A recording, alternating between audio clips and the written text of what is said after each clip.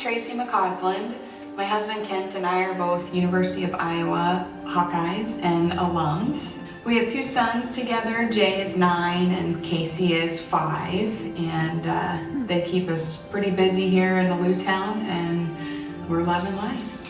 Last May of 2017, I found a lump kind of in my chest area, and it was a Friday, and I actually took a few days to schedule an appointment, but went into the doctor the following Thursday, and she was concerned and said, we need to set you up with your first mammogram. And so the next day, Friday, May 12th, 2017, I had my first ever mammogram because I was just 39 at the time, and those typically start when you turn 40.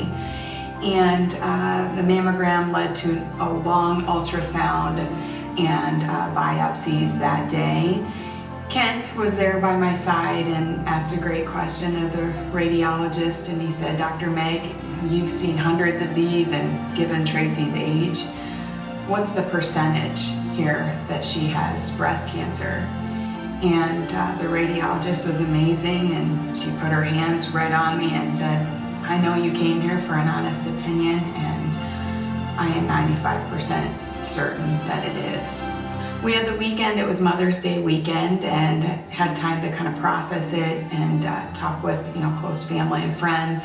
Monday, I went and worked and did my thing and taught a class at ACT in Iowa City in the morning, and then drove back to Waterloo, and that afternoon just basically received confirmation that it was in fact breast cancer. So for my diagnosis, I had stage 2B breast cancer. I had 2 tumors in my breast and 1 in my lymph node.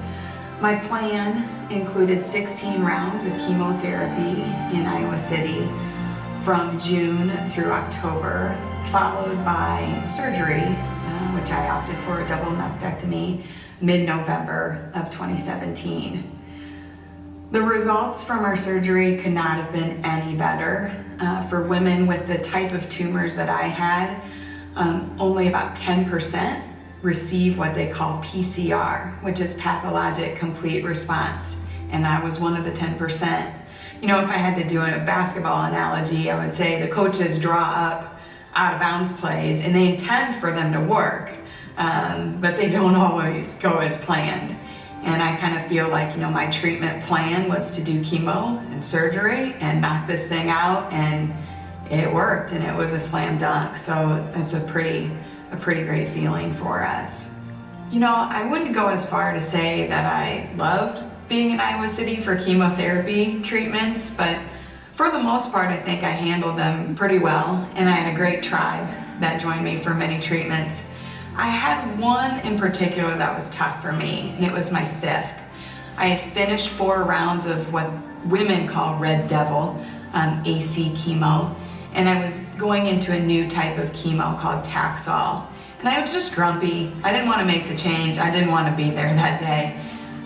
Part of me felt like I'm younger than most people in this waiting room, relatively healthy, and here I am.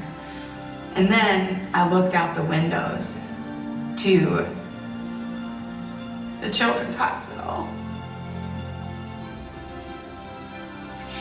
And most people in Iowa, and actually now across the nation, are familiar with the wave that we did at the football games to those kids. And it hit me right in that moment. This horrible disease is happening to kiddos.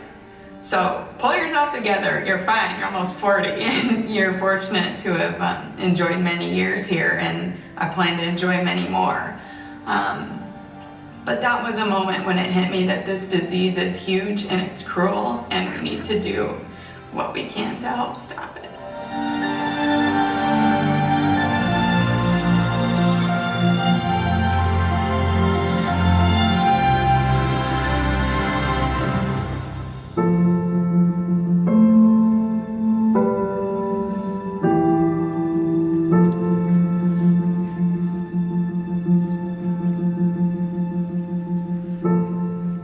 My name is Larry Kotler. I'm married to a wonderful woman, Deb, and I have 2 stepsons, both named Zach.